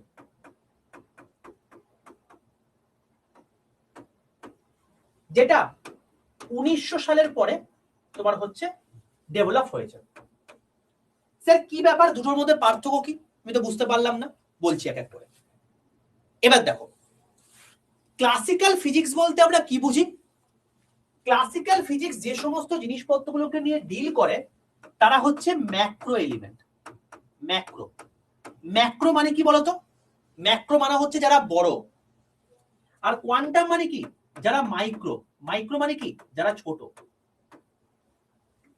এবার শোনো, জিনিসটা বোঝো। ম্যাক্রো মানে কি? বড়। বড় কি? বড় মানে হচ্ছে যেগুলোকে আমরা খালি চোখে দেখতে পাই। খালি চোখে যে সমস্ত জিনিসপত্রগুলোকে দেখতে পাই। মানে কি? মানে ধরো তুমি আমাকে দেখতে পাচ্ছ, তুমি মোবাইলকে দেখতে পাচ্ছ, তুমি টিভিকে দেখতে পাচ্ছ, তুমি একটা রিমোটকে দেখতে পাচ্ছ, তুমি পৃথিবীকে দেখতে পাচ্ছ, তুমি সূর্যকে দেখতে পাচ্ছ, তুমি আশেপাশের চাঁদ তারাকে দেখতে পাচ্ছ। তো এগুলোকে দেখতে পাও তো রে ভাই? টেবিল, চেয়ার, খাট যা আশেপাশে দেখতে পাও সেগুলোকে তুমি চোখে দেখতে পাচ্ছ তো? আরে দেখতে পাচ্ছ বলে তুমি বলতে পারছো যে এটা টেবিল, এটা চেয়ার, এটা তুমি, এটা তো তোমার মা, বলতে পারছো তো? তো আলটিমেটলি কি? এরা হচ্ছে ম্যাক্রো, কারণ এরা বড়, এরা সাইজে বড়, এরা সাইজে বড় বড়ই তুমি চোখে দেখতে পাচ্ছ। বোঝা গেল? তো যে সমস্ত বস্তু বা যে সমস্ত পদার্থ বা যে সমস্ত জীবজগৎ যা কিছুকেই আমরা খালি চোখে দেখতে পাচ্ছি, তাদেরকে নিয়ে যে সমস্ত ফিজিক্স তৈরি তাদেরকে আমরা বলবো হচ্ছে ক্লাসিক্যাল ফিজিক্স। বোঝা গেল? তার মানে তোমাকে নিয়ে যে ফিজিক্স তৈরি, স্যার আমাকে নিয়ে আবার কি ফিজিক্স তৈরি হয়ে গেল? ভাই তুমি যে হাঁটছো এটা কি ফিজিক্স নয়? সেই যে তুমি তুমি তোমার হচ্ছে মেট্রো থেকে নামছো কোন একটা কায়দা করে করে, সেটা কি ফিজিক্স নয়? তুমি যে ঘুমোচ্ছ সেটার মধ্যেও ফিজিক্স রয়েছে, তুমি যে নাচছো সেটার মধ্যেও ফিজিক্স রয়েছে, সবকিছুর মধ্যে ফিজিক্স রয়েছে। আস্তে আস্তে এগোই, সব বুঝতে পারবে। তো সোজা কথায় হচ্ছে তোমাকে নিয়ে, তো তোমার টেবিল চেয়ারকে নিয়ে, পাখাকে নিয়ে, তো এরা প্রত্যেককে নিয়ে যা যা ফিজিক্স দেখতে পাবে সবকিছু হচ্ছে ক্লাসিক্যাল ফিজিক্স। ওকে, আর যেগুলোকে আমি চোখে দেখতে পাই না, কি স্যার কি দেখতে পাই না আমি? তুমি ইলেকট্রনকে দেখতে পাও চোখে, তুমি প্রোটনকে দেখতে পাও, তুমি নিউটনকে দেখতে পাও, তুমি মেসন কণাকে দেখতে পাও, তুমি কোয়ার্ক পার্টিকেলকে দেখতে পাও, কোনো পার্টিকেলকে দেখতে পাও? দেখতে পাও না, কারণ এরা খালি চোখে দেখতে পাওয়া যায় না। তো যাদেরকে খালি চোখে দেখতে পাওয়া যায় না তারা কি? তারা হচ্ছে মাইক্রো, ছোট, সেই জন্য দেখতে পাচ্ছি না। তো তাদেরকে নিয়ে যে ফিজিক্স তৈরি হচ্ছে তাদেরকে আমরা বলবো হচ্ছে কোয়ান্টাম ফিজিক্স। বোঝা গেল? চলো, ক্লাসিক্যাল ফিজিক্সের উৎপত্তি হয় নিউটনের হাত ধরে, এবং টোটাল আশেপাশে যত বিশ্বব্রহ্মাণ্ডে যা কিছু ঘটছে সবকিছুকে নিয়ে তিনি একটা সূত্র বানাতে চেয়েছিলেন, যে যা কিছু হচ্ছে পৃথিবীর মধ্যে সবকিছুকে নিয়ে আমি একটা সূত্র বানাবো, এবং সেই সূত্র দিয়েই পৃথিবীর যা কিছু হচ্ছে সবকিছুকে বলা যাবে। তিনি দেখলেন যে একটা সূত্র দিয়ে সেটাকে বলা যাচ্ছে না, অ্যাটলিস্ট তিনটে সূত্র লাগছে। এবং এই যে তিনটে সূত্র লাগছে, এই তিনটে সূত্রকেই পরবর্তীকালে তিনি বলছেন গতিসূত্র, যেটা আমরা এই চ্যাপ্টারে পড়বো, নিউটনের গতিসূত্র। এবং তোমরা কি জানো এই নিউটন, তুমি ফিজিক্সের মধ্যে পড়ো যা কিছু ক্লাসিক্যাল ফিজিক্সের মধ্যে, তালে গোলে ঝোলে অম্বলে এই মানুষটার নাম তুমি সব জায়গায় পাবে। হ্যাঁ, একদম একদম। তো ব্যাপারটা হচ্ছে যে এই যে নিউটন ছিলেন, এই নিউটন অ্যাকচুয়ালি তোমার কিন্তু, তুমি দেখবে লাইট পড়ছো নিউটনকে পাচ্ছ, তুমি গতিসূত্র পড়ছো নিউটনকে পাচ্ছ, তুমি সাউন্ড পড়ছো নিউটনকে পাচ্ছ, তুমি গ্র্যাভিটেশন পড়ছো নিউটনকে পাচ্ছ। তো সবচেয়ে বড় কথা হচ্ছে এটাই যে ফিজিক্সের সব জায়গায় তুমি এই লোকটাকে পাও তো? পাও কি পাও না আমাকে বলো? সব জায়গায় পাও, ক্লাসিক্যাল ফিজিক্সের যা যা আলোচনা হবে সব জায়গাতেই এই মানুষটাকে পাবে। কিন্তু তুমি ভাবো যে এই মানুষটা আজকে যে জিনিসটা আমাদের জন্য ডেভেলপ করে গেছেন সেটা হচ্ছে ক্লাসিক্যাল ফিজিক্সের পার্ট। কিন্তু তোমরা কি জানো এই মানুষটা অ্যাকচুয়ালি ফিজিক্সের লোকই ছিলেন না। এই ফিজিক্সকে তিনি পড়াশোনাই করেননি। স্যার তার মানে? তোমরা যে এই যে পড়ো না, অনার্স পড়ো, পাস কোর্স পড়ো, আইটিআই করো, ডিপ্লোমা করো, করো তো? তিনি কোনোদিন ফিজিক্স নিয়ে পড়েননি এই সমস্ত জিনিসপত্রগুলো, তিনি পড়েছেন ম্যাথ নিয়ে। তিনি অ্যাকচুয়ালি ছাত্র হচ্ছে ম্যাথসের। এবং এই যে তিনটে গতিসূত্র আছে না, এই তিনটে গতিসূত্র তিনি একটা তার বিখ্যাত বইতে লিখে গিয়েছিলেন। সেই বইটার নামটা কি?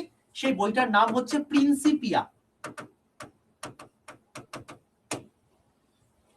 প্রিন্সিপিয়া অফ ম্যাথামেটিসিয়া বইটার পুরো নাম। তুমি দেখো প্রিন্সিপিয়া অফ ম্যাথামেটিসিয়া, ম্যাথামেটিসিয়া থেকে ম্যাথামেটিক্স আসছে, তো এখান থেকে বোঝা যাচ্ছে যে উনি কিন্তু অ্যাকচুয়ালি ম্যাথামেটিক্সের মানুষ ছিলেন। ক্যালকুলাসের জনক কাকে বলা হয়ে থাকে? এই মানুষটাকে। বোঝা গেল? যেটা 11-12 তোমাদের, 12 বেসিক্যালি তোমাদের অবস্থা খারাপ করে দিয়েছে। তো এটা হচ্ছে সেই মানুষটা, ঠিক আছে? তো তুমি আজকে যে সাবজেক্ট নিয়ে পড়েছো, কোনো মানে যে তোমাকে সেই সাবজেক্ট নিয়ে উঠতে হবে। ভাই সেই সাবজেক্টটা পড়েছো, সেই সাবজেক্টে তোমাকে জ্ঞান দিতে সাহায্য করেছে, ঠিক আছে? তো আলটিমেটলি এই মানুষটা,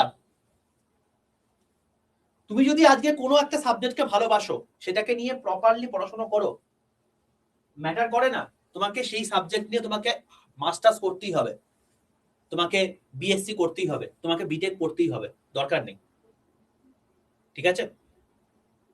তুমি চাইলে সেটা না পড়েও এই লেভেলে হতে পারো। আমি জাস্ট তোমাকে একটা এক্সাম্পল দিলাম। অন্যদিকে এই একটা লোক, এই লোকটা, এই মানুষটাকে তার যে মেন্টার, মেন্টার বলতে তুমি রেলের জন্য আমার কাছে পড়ছো, আমি কে? তোমার মেন্টার। তুমি আমার ছাড়া আশেপাশে যে সমস্ত মানুষজনের কাছে পড়াশোনা করছো, তোমার বাবা মা, এরাও তোমার কি? মেন্টার। মেন্টার মানে কি? যে তোমাকে প্রত্যেকটা মুহূর্তে তোমাকে গাইড করবে নিজের কেরিয়ারের পথে, তাই তো? এবার এই যে ম্যাক্স প্ল্যাঙ্ক আছেন, এই ম্যাক্স প্ল্যাঙ্ককে তার মেন্টার বলেছিল যে তুই ফিজিক্স নিয়ে পড়াশোনা করিস না, যদি পড়াশোনা করিস তোর লাইফ শেষ হয়ে যাবে। এবার লাইফ শেষ মানে কি বলতো?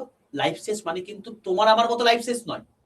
এনাদের লাইফ শেষ মানে হচ্ছে আমি ডেভেলপ কিছু করতে পারলাম না মানুষের জন্য, সাবজেক্টের জন্য, ইন্ডাস্ট্রির জন্য, এটা হচ্ছে তার লাইফ শেষ। আমাদের লাইফ শেষ মানে কি? চাকরি পেলাম না, বেকার ভাতার জন্য আমাদেরকে লাইন দিয়ে দাঁড়িয়ে থাকতে হবে, ঠিক আছে? এইটা হচ্ছে আমাদের লাইফ শেষ। তাদের কাছে কিন্তু এটা নয়। তারা যদি আজকে একটা আইসিএস পরীক্ষা দেয়, তার কাছে ক্র্যাক করার কোনো ব্যাপারই নয়, ঠিক আছে? তো এই লোকগুলোর কাছে লাইফ শেষ মানে হচ্ছে সে ডেভেলপ করতে পারেনি আমাদের প্রকৃতির জন্য, ইন্ডাস্ট্রির জন্য। ওকে, তো এই যে জিনিসটা আছে, তো তার মেন্টরের কাছে মনে হয়েছিল যে এই বিশ্ব ব্রহ্মাণ্ডে এমন কোন ফিজিক্সের জিনিস বাকি নেই যে আবিষ্কার হওয়া বাকি আছে। কারণ তখন রাজ করছে মার্কেটে তাবর তাবর সব বিজ্ঞানী, Ernest Rutherford, Albert Einstein, Isaac Newton, Galileo Galilei, ঠিক আছে, কোপার্নিকাস। তো এই সমস্ত লেভেলের লোকজন কি করছে? গাইড করছে, মানে তখন ফিজিক্সকে নিয়ে সেই রকম জায়গায় চলে গেছে। এবার বক্তব্য হচ্ছে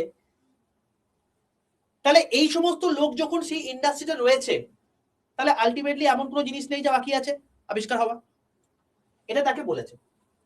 ম্যাক্স প্ল্যাঙ্ক গেছেন দ্বন্দ্বে পড়ে, আরে আমি তো সাবজেক্ট ভালোবাসি ফিজিক্সকে, যদি আমি ভালোবাসি ফিজিক্সকে, আমি ফিজিক্স বাদে অন্য কিছু পড়াশোনা করব? এটা কেমন একটা লাগছে না? তাহলে দ্বন্দ্ব কার মধ্যে হচ্ছে? মাথা আর হৃদয়ের মধ্যে। হৃদয়ে কে রয়েছে? ফিজিক্স। মাথায় কে রয়েছে? তার মেন্টালের কথা, অর্থাৎ অন্য কোনো সাবজেক্ট। তো এইরকম জিনিসপত্র যখন তোমার হৃদয় এবং মাথার মধ্যে তোমার যখন এরকম সমস্যা হবে, তখন তোমার কাকে নিয়ে চলা উচিত? হৃদয়কে নিয়ে চলা উচিত, তাই তো? তো যখন তুমি হৃদয়কে নিয়ে চলবে, তখন তুমি দেখবে যে প্রপার তুমি একটা জায়গা পেয়ে গেছো। আলটিমেটলি ম্যাক্স প্ল্যাঙ্ক যেটা পেয়েছিলেন। ম্যাক্স প্ল্যাঙ্ক তারপরেও ফিজিক্স নিয়ে পড়াশোনা করলেন এবং অ্যালবার্ট আইনস্টাইনের মতো বিজ্ঞানী, তখনকার দিনে তাবর বিজ্ঞানী, একটা জিনিস প্রমাণ করতে পারছিলেন না, সেটা হচ্ছে আলোর যে পার্টিকেল প্রপার্টি রয়েছে সেই প্রপার্টিটা, ফটো ইলেকট্রিক এফেক্ট, যেটার জন্য তিনি আলটিমেটলি নোবেল পেয়েছিলেন, তো সেটা তিনি প্রমাণ করতে পারছিলেন না। কেন? তার কারণ তখনো পর্যন্ত আলোর যে পার্টিকেল দিকটা হতে পারে সেটা কেউ ডেভেলপই করেনি। ওয়েভ ক্যারেক্টারিস্টিক নিউটনের মাধ্যমে ক্লাসিক্যাল ফিজিক্সের মধ্যে ডেভেলপ করা যাচ্ছিল, বাট সেটা সম্ভব হচ্ছে না। তো সেই জন্য পরবর্তীকালে ম্যাক্স প্ল্যাঙ্ক যখন কোয়ান্টাম ফিজিক্স আবিষ্কার করছেন তখন বলছেন যে এরকম ফিজিক্সের মধ্যে আরো একটা দিক আছে যেটা আমরা জানি না, যারা মাইক্রো এলিমেন্টকে নিয়ে ডিল করে, সেগুলোই হচ্ছে কোয়ান্টাম ফিজিক্স, যেখানে ইলেকট্রন থাকবে, প্রোটন থাকবে, নিউট্রন থাকবে, নিউট্রিনো থাকবে, অ্যান্টি নিউট্রন থাকবে, কোয়ার্ক পার্টিকেল থাকবে, মেসন পার্টিকেল থাকবে, এগুলো থাকবে। তো ম্যাক্স প্ল্যাঙ্ক সেই কাজ করেছিল। সবার প্রথম এটাকে অ্যাকনোলেজ করেছিলেন হচ্ছে অ্যালবার্ট আইনস্টাইন নিজে, এবং পরবর্তীকালে তিনি দেখছেন যে হ্যাঁ তাই তো, ইলেকট্রন তো আছে, এবং এই ইলেকট্রনের জন্যই কিন্তু আলটিমেটলি ইলেকট্রনকে প্রতিস্থাপন করতে পারছে কে? আলো। তো আলটিমেটলি তখন তিনি ফটো ইলেকট্রিক এফেক্টটা আবিষ্কার করেছিলেন। তুমি দেখবে 1900 সালের পরেই যত রাজ্যের electron, proton, neutron, neutrino, anti neutrino, quark particle, Mason particle সবকিছু আবিষ্কার হয়েছে এই 1900 সালের পরে, তার আগে কিন্তু আবিষ্কার হয়নি। বোঝা গেল? তো এই যে জিনিসটা আছে, এই জিনিসটা হচ্ছে কোয়ান্টাম ফিজিক্সের পার্ট। কোয়ান্টাম ফিজিক্সের পার্ট এর আরো এক্সটেন্ডেড জিনিসপত্র তোমরা কোথায় পাবে? যখন আমার ওয়েভের পার্ট পড়বে, এই ওয়েভের পার্টের মধ্যে তোমাদের এই কোয়ান্টাম ফিজিক্স নিয়ে আরো ডিটেইলসে বলে দেওয়া আছে। ক্লাসিক্যাল ফিজিক্স নিয়ে ডিটেইলসে আমরা এই যে এখন মেকানিক্সের পার্টগুলো পড়ছি, এই সমস্ত মেকানিক্সের পার্টগুলো আমরা এই ক্লাসিক্যাল ফিজিক্সের মধ্যে বলতে পারি। ক্লিয়ার প্রত্যেকের কাছে? এটা ছিল হচ্ছে ফিজিক্সের বেসিক। তুমি যদি এই বেসিক জিনিসটা না জানো, তুমি আলটিমেটলি কিন্তু মানে এই নিউটনের গতিসূত্র জানতে পারবে না। এবার যদি তোমাকে আমি বলি ক্লাসিক্যাল ফিজিক্স কি, তুমি বলে দিতে পারবে। তোমাকে যদি বলি এখন কোয়ান্টাম ফিজিক্স কি, তুমি বলে দিতে পারবে। ঠিক আছে? এই জিনিসটা হচ্ছে ব্যাপার। লাইট, ওয়েভ এবং পার্টিকেল দুটোর মধ্যেই পড়ে। ব্যাপারটা হচ্ছে লাইট হচ্ছে এমন একটা ক্যারেক্টারিস্টিক্স, তুমি ওয়েভ যখন বলছো, লাইটের রিফ্লেকশন প্রপার্টি, রিফ্র্যাকশন প্রপার্টি, ঠিক আছে, লাইটের তোমার হচ্ছে ইয়ে প্রপার্টি, ওই তোমার হচ্ছে total internal reflection property, dispersion property, এই সমস্ত জিনিসপত্রগুলো আছে। এই প্রত্যেকটা জিনিস হচ্ছে তোমার গিয়ে কি ওয়েভ পার্টিকেলের মধ্যে পড়ছে, মানে ওয়েভ ক্যারেক্টারিস্টিক্সের মধ্যে পড়ছে। পার্টিকেল মানে কি? পার্টিকেল মানে হচ্ছে এই অ্যাকচুয়ালি অ্যালবার্ট আইনস্টাইন যে ফটো ইলেকট্রিক এফেক্টের যে মানে জিনিসটা আবিষ্কার করতে গিয়ে তিনি থেমে যাচ্ছিলেন, এরকম আছে ধরো একটা কোনো এলিমেন্ট আছে, এবার এই এলিমেন্টটার মধ্যে বাইরে কি আছে? প্রচুর প্রচুর ফ্রি ইলেকট্রন রয়েছে। কোন একটা ধরো বস্তু, সেই বস্তুটা কি? কোন একটা বস্তু মানে কি? এই জামাটা, এই পেনটা, কিছু না কিছু অণু-পরমাণু দিয়ে তৈরি। তো তো এই যে অণু-পরমাণু দিয়ে তৈরি যেগুলো, সেগুলোকে আলটিমেটলি কি? সেগুলো আলটিমেটলি অণু-পরমাণু মানে কি? সেগুলোকে ভেঙে ইলেকট্রন, প্রোটন, নিউট্রন পাওয়া যাচ্ছে, তার মানে সবকিছুই কি ইলেকট্রন, প্রোটন, নিউট্রন দিয়ে তৈরি। তাই পরিষ্কার বলতে পারি এই যে এলিমেন্ট আছে, এই এলিমেন্টটাও ইলেকট্রন, প্রোটন, নিউট্রন দিয়ে তৈরি আছে। এবার বাইরে থেকে যখন কোনো আলোক রশ্মি এসে এই ইলেকট্রনের গায়ে আপতিত হচ্ছে, দেখা যাচ্ছে এই ইলেকট্রনটাকে এ প্রতিস্থাপিত করে দিচ্ছে, এই ইলেকট্রনটা বেরিয়ে যাচ্ছে। অবশ্যই সেই আলোটার একটা নির্দিষ্ট ফ্রিকোয়েন্সি থাকতে হবে, যে ফ্রিকোয়েন্সিটাকে আমরা বলে থাকি হচ্ছে থ্রেশহোল্ড ফ্রিকোয়েন্সি। ঠিক আছে? তুমি দেখবে যখন তুমি ক্যারাম বোর্ড খেলো, সেই ক্যারাম বোর্ড খেলার সময় স্ট্রাইকার দিয়ে তুমি যখন একটা গুটিকে ধাক্কা মারো, সেই গতিটা কি হচ্ছে? তোমার হচ্ছে প্রতিস্থাপিত হয়ে যাচ্ছে। কিন্তু অন্যদিকে তুমি দেখবে যে একটা গুটির সাথে একটা স্ট্রাইকারের যখন আঘাত হচ্ছে, তখন গুটিটা কি হচ্ছে? বেশি রাতে মুভ করছে। অন্যদিকে একটা স্ট্রাইকারের সঙ্গে যদি একটা স্ট্রাইকারে আঘাত হয়, দেখবে যে দুটো কিন্তু একসঙ্গে মুভ করছে, বাট খুব অল্প অল্প পরিমাণে, তাই নয় কি? কেন?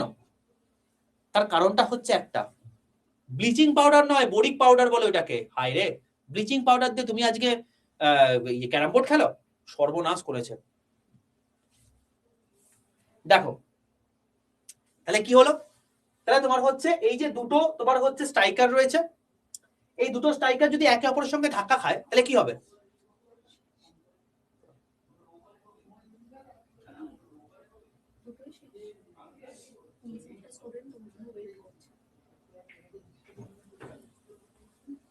তো দেখো এখানে কি, এখানে হচ্ছে যে একটা বড় বড় মাসের কোনো একটা বস্তু ছোট মাসের বস্তুকে তুমি আরামসে রিপ্লেস করে দিতে পারবে, কিন্তু একটা বড় মাসের বস্তু আর একটা বড় মাসকে বস্তুকে যদি তোমাকে রিপ্লেস করতে হয় তাহলে কিন্তু তাকে হিমশিম খেয়ে যেতে হচ্ছে। অন্যদিকে আমি যখন বলছি আলো হচ্ছে একটা ওয়েভ, ওয়েভ মানে কি ইলেকট্রোম্যাগনেটিক ওয়েভ, মানে যার স্পিডটা হচ্ছে 3 × 10⁻⁸ মিটার/সেকেন্ড, মানে সে এত জোরে স্পিডে দৌড়াতে পারে যে তাকে ধরার মতো ক্ষমতা নেই। এবার স্পিডে দৌড়াতে পারে কারা? যার ওয়েট কম, যার ভর কম। আরে তুমি ধরো দৌড়াচ্ছ, একটা পাশে মোটা লোক দৌড়াচ্ছে, ঠিক আছে, কে বেশি তাতে দৌড়াবে? তুমি দৌড়াবে, মোটা লোক দৌড়াতে পারবে না, কারণ মোটা লোকটা ওয়েট বেশি, সোজা হিসাবে এটাই। তো আলটিমেটলি তুমি দৌড়াতে পারছো কেন? কারণ তোমার ভর কম বলে। এবার যখন আলো এত স্পিডে দৌড়াতে পারছে, মানে আলো যখন তোমার হচ্ছে 3 × 10⁻⁸ মিটার/সেকেন্ড এই বেগে যখন দৌড়াচ্ছে, তার মানে বুঝতে পারছো, তার মানে হচ্ছে এইটাই যে এর স্পিডটা এতটা বেশি যে এর ভর নেই বললেই চলে। আর অন্যদিকে এই ইলেকট্রনের তো একটা নির্দিষ্ট ভর আছে, এই ইলেকট্রনকে যখন প্রতিস্থাপিত করছে তার মানে নিশ্চয়ই আলোর কোনো একটা ভর রয়েছে, না হলে ও কি করে ইলেকট্রনটাকে প্রতিস্থাপিত করতে পারছে? এই জায়গাটাতে এসে আইনস্টাইন আটকে গিয়েছিলেন। বোঝা গেল? আইনস্টাইন এই জায়গাটাতে আটকে গিয়েছিলেন। আইনস্টাইন বলছেন যে ভাই যার ভর নেই আবার অন্যদিকে এই ভরের জন্য ইলেকট্রনকে প্রতিস্থাপিত করে দিচ্ছে, ব্যাপারটা কি হলো? কেসটা তো বুঝতে পারছি না।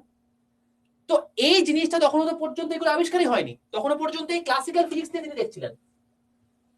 আলটিমেটলি যখন কোয়ান্টাম ফিজিক্স নিয়ে ম্যাক্স প্ল্যাঙ্ক আসছেন তখন তিনি সেই জিনিসটাকে অ্যাকনোলেজ করছেন, তখন তিনি বলছেন যে আচ্ছা আলোর যেমন একটা ওয়েভ ক্যারেক্টারিস্টিক্স আছে, আলোর তেমনি একটা পার্টিকেল ক্যারেক্টারিস্টিক্স আছে, এবং এই পার্টিকেলকে তিনি নাম দিচ্ছেন ফোটন পার্টিকেল। জিজ্ঞেস করতে পারে ফোটন কণা কার নাম দেওয়া? অ্যালবার্ট আইনস্টাইনের দেওয়া।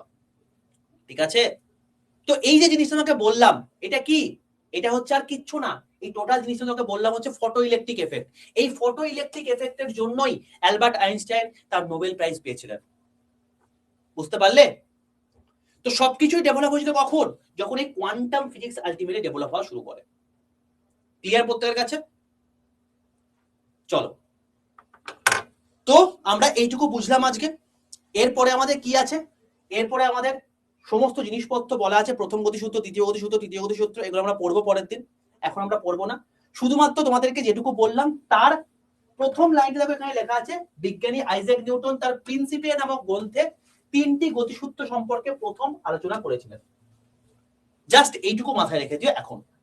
এরপরে বাকি যে সমস্ত জিনিসপত্রগুলো আছে এগুলো আমরা পরের দিকে আলোচনা করব। ঠিক আছে? বেঙ্গলি ভার্সনে সায়েন্সের একটা খুব ভালো বই আসছে, ঠিক আছে, যেটা আমার বই হবে খুব তাড়াতাড়ি, একটু ওয়েট করে যাও। ভালো বই একটা আসছে বেঙ্গলি ভার্সনে, আর অ্যাজ সাচ কোনো ভালো বই নেই, তুমি রিলাই করতে পারবে না। ঠিক আছে, চলো আজকে আমরা এতদূর পর্যন্তই রাখছি। ভাই পুরো জিনিসপত্র বুঝতে পেরেছো তো? তো যদি বুঝতে পারো তাহলে সেক্ষেত্রে প্রত্যেকে এই জিনিসপত্রগুলোকে একবার কিন্তু খাতায় লিখে নিও, প্রত্যেকে একবার পুরো জিনিসটাকে পজ করে করে খাতায় লিখে নিও। আগেরটায় আমি তোমাদেরকে পুরো জিনিসটাকে যা যা বললাম এই 4টে জিনিস খাতায় লিখে নিও, নোট করে নিও, 4টে ফর্মুলা, তারপর যা যা পড়ালাম আজকে সেই টোটাল জিনিসটাকে খাতায় নোট করে নিও। এরপরে আমরা নিউটনের গতিসূত্রে পরের দিন ঢুকে যাবো, এখনো ঢুকতে পারিনি। ওকে, সময় লাগবে, সময় লাগুক, বাট আমরা যেটা করবো সেটা কমপ্লিট ওয়েতে করবো। হ্যাঁ, ফিজিক্সের ম্যাথ যেটা তোমার প্রবলেম রয়েছে, আমাকে প্রথম দিন মানে কাল মানে পরের দিন যখন আমার ক্লাস থাকবে প্রথমে এসেই তুমি ফিজিক্সের ম্যাথটা ফার্স্টে এই কমেন্ট সেকশনে লিখে দেবে, ঠিক আছে, তারপরে সেটা করিয়ে দেবো। চলো আজকে আমরা এতদূর পর্যন্তই রাখছি। হ্যাঁ, ওটা panacea of science by Sudipta sir, পুরো সার্চ করে পেয়ে যাবে। ঠিক আছে, চলো টাটা, দেখা হচ্ছে তোমাদের সঙ্গে নেক্সট ক্লাসে। ততক্ষণ পর্যন্ত ভালো করে পড়াশোনা করো, যা পড়ালাম সেগুলোকে রিভিশন দাও। আমার শেষ করানোর দায়িত্ব আমার, পরীক্ষার আগে তোমাদের শেষ হয়ে যাবে, বাট যা পড়িয়েছি সেগুলোকে ভুলে যেও না। এমন শেষ করতে গেলে যে সব ভুলেই গেলে পুরোনো গুলো, এরকম করে শেষ করে লাভ নেই। ঠিক আছে? না না না, আমার নেক্সট ক্লাস আছে তোমাদের 22 তারিখে।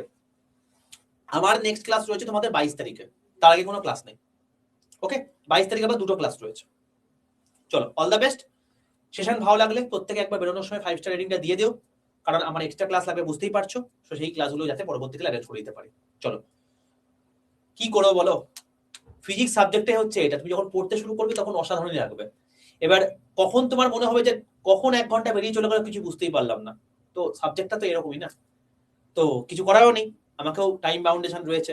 অলরেডি আমার নিচে 3-4টে ছেলেপুলে এসছে দেখা করতে, তাদের আবার কি সব প্রবলেম আছে দেখে আসি। ঠিক আছে, চলো টাটা।